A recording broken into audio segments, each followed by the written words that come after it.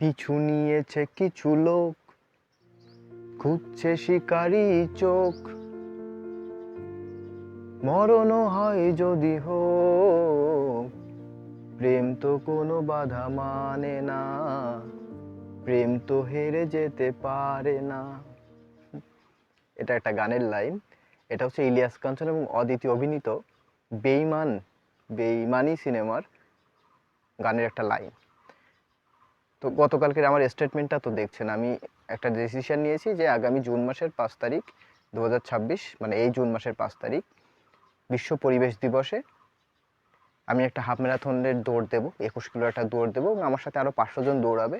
আর এর মধ্য দিয়ে আমি 1 লক্ষ মানুষকে পরিবেশ এবং সাস্টেনেবল লিভিং সম্পর্কে সচেতন করতে চাই, বোল্ড অ্যান্ড ক্লিয়ার।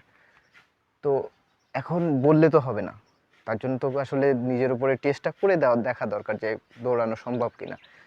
তো হঠাৎ করে কালকে কি মনে হলো, আমি সন্ধ্যা 7:30টার সময় আমি বেরিয়ে গেলাম যে আজকে দেখি কত দূর যেতে পারি। হাতে আরও বেশ কিছু কাজ ছিল, দেখা যাচ্ছে আমি আগেও বলছি যে আমি একটা রিমোট ওয়ার্ক করি, আমি বাড়ি বসে কিছু কাজ বাজ করি যেটা দিয়ে আমি অ্যাকচুয়ালি আমি চলি। তো ভাবলাম ঠিক আছে, কাজ বাজ ওইভাবে থাকুক, হেঁটে আসি। তো আমি যতটা সহজ মনে করেছিলাম জিনিসটা কিন্তু ততটা সহজ নয়। প্রথমে যখন ওই হাঁটতে বেরিয়েছি তখন মাথার ভিতরে হাজারো চিন্তা, মানুষ কী ভাবছে, তারা কীভাবে দেখছে, আমি যে হেঁটে যাচ্ছি রাস্তা দিয়ে, মাঝে মাঝে আমার পাশে, আমি তো মেইন রোডের পাশ দিয়ে হাঁটতেছিলাম, মাঝে মাঝে আমার পাশে ভ্যানগুলো এসে দাঁড়াচ্ছে যে আমি উঠবো কিনা, আমি উঠছি না। তো আমি দেখলাম যে আমি বিভিন্ন স্টেজ পার করছি। আমার মনে হয়েছে যে এই জিনিসটা, আমি ভাবতেছিলাম যে সব থেকে কঠিন হবে কোনটা, কঠিন হবে যে আসলে মানুষগুলোকে ম্যানেজ করা বা কন্টেন্ট ক্রিয়েশন করা, মানুষের কাছে পৌঁছানো, এটা আমার মনে হয় সব থেকে কঠিন স্টেপ হবে। কিন্তু আমি আমি গতকালকে যেটা রিয়েলাইজ করলাম সেটা হচ্ছে, আমার মনে হচ্ছে সব থেকে কঠিন স্টেপ হচ্ছে আমার ভেতর, আমার মানসিকতা, মানে আমার মাইন্ডসেটটাকে স্ট্রং করা। He is so doubtful, mindset is so doubtful. সে ভেতরে ভেতরে কত সন্ধিয়ান প্রশ্ন, কত কি প্রশ্ন, যে মানুষ কী ভাবছে, তা কি নানান তার। তো এই ভাবতে ভাবতে আমি 5 কিলো হেঁটে ফেলেছি। 5 কিলো হাঁটার পরে এক চায়ের দোকানের সামনে হঠাৎ করে দাঁড়ায় গেলাম। কারণ কি, দেখি যে ইলিয়াস কাঞ্চন বলছে সাগর নদীকে নিয়ে পালিয়ে গেছে।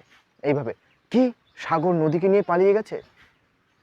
আমি 5 কিলো হেঁটে মানে এক্সস্টেড। ইভেন এটা আমার ফার্স্ট ওয়াক, আমি এত দূর কখনো এইভাবে হেঁটে আসি নাই। আর সাথে প্রেশারাইজ, মানে আমি টাইমের সাথেও একটা ব্যাপার আছে। আমি দাঁড়িয়ে গেছি যে কী ব্যাপার ভাই, সাগর নদীকে নিয়ে পালিয়ে গেছে, সাগর তো দাঁড়ায় আছে এখানে। ঘটনা হচ্ছে সাগর নদীকে নিয়ে পালিয়ে গেছে। সাগর হচ্ছে ইলিয়াস কাঞ্চনের ভাই, মানে হুমায়ুন ফরিদির মেয়েকে নিয়ে ইলিয়াস কাঞ্চনের ভাই সাগর পালিয়ে গেছে। আর অদিতি হচ্ছে পুলিশ অফিসার। তো এরা তিনজনই খুবই কনসার্ন। হুমায়ুন ফরিদি তো স্টেটমেন্ট দিয়ে দিল যে সে পাতাল খুঁড়ে আকাশ ফুঁড়ে শহর বন্দরে আগুন লাগিয়ে বন জঙ্গলে সব আগুন লাগায় ওর মেয়েরে খুঁজে নিয়ে আসবে।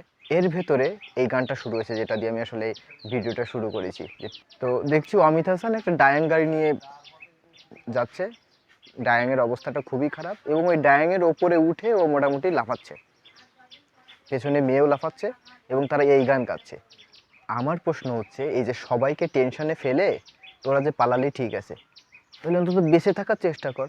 মরণ হয় যদি হোক, যেভাবে ডায়াং গাড়ির উপরে উঠে তোরা লাফাচ্ছিস, গানটা আপনি ইউটিউবে সার্চ দিয়ে দেখেন, যেভাবে ওর ডায়াং গাড়ির উপরে উঠে লাফাচ্ছিল, ও যদি ওখানে পড়ে যেত, ও তো মরতো, সাথে মেয়েটাও মরতো। ও তারপরে আমি তো রাত্রে বেরোইছি না, তো গ্রামের মধ্যে দিয়ে আসতেছি, এমন একটা জায়গা দিয়ে আসতেছি তার দুই পাশে শুধু তাল গাছ।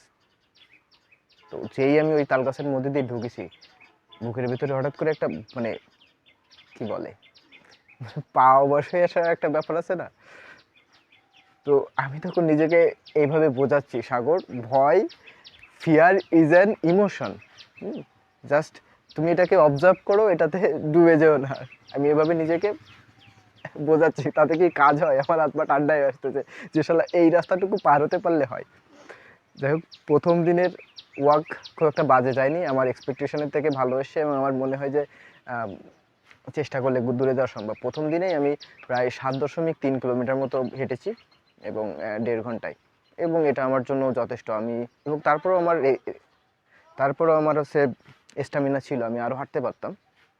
আমার মনে হয় আমি আরও 2-3 কিলো অনায়াসে হাঁটতে পারতাম। সো আমি যদি চেষ্টা করি, আমার সামনে আরও 2 মাস, প্রায় 80 দিন মতো সময় আছে, 81 দিন সময় আছে। আশা করি আমি অন্তত 21 কিলো হাঁটতে পারবো বা 21 কিলো দৌড়াইতে পারবো। অবশ্য হাঁটা এবং দৌড়ানো কিন্তু এক জিনিসও না। তারপর আমার মনে হয় যে আমি এই পার্টটা অন্তত আমি হ্যান্ডেল করে ফেলবো। আর যে পার্টগুলো থাকে সেটা হচ্ছে 1 লক্ষ মানুষের কাছে পৌঁছানো এবং 500 মানুষকে ম্যানেজ করা এবং তাদেরকে নিয়ে একটা ইভেন্টের আয়োজন করা। That is so tough. এবং আমার এখানে তো স্পন্সর লাগবে। ইভেন সবাই তো হাঁটবে না, সবাই তো দৌড়াবে না। এমন মানুষ দৌড়াবে তারা অলরেডি দৌড়ায়, তারা বিভিন্ন গ্রুপে অলরেডি এক্সিস্টেড। বিডি রানার আছে, রান বাংলাদেশ আছে। আমার কাজ হচ্ছে ওইগুলো মানুষদেরকে এক জায়গায় করা, অন্তত 500 মানুষকে এক জায়গায় করা এবং তাদের ভিতরে এই কনসেপ্টটা পৌঁছায় দেওয়া অ্যাকচুয়ালি আমরা কী কারণে, কজটা কী, আমাদের কারণটা কী, যে কারণে আমরা 21 কিলো হাঁটবো বা 21 কিলো দৌড়াবো। So a long way to go. আগামী 2 মাস আপনারা প্রতিদিন ভিডিওতে আপডেট পেতে থাকবেন। আজকের ভিডিও এ পর্যন্তই। যেমনটা বলছিলাম, আগামীকালের ভিডিওয় আপনি জানতে পারবেন যে কী কী স্ট্র্যাটেজি আমি অবলম্বন করছি আমার অবস্ট্যাকলস এবং আমার চ্যালেঞ্জেস এবং আমার অবস্ট্যাকলসগুলো দূর করার জন্য, পার করার জন্য। আজকের ভিডিও পর্যন্তই।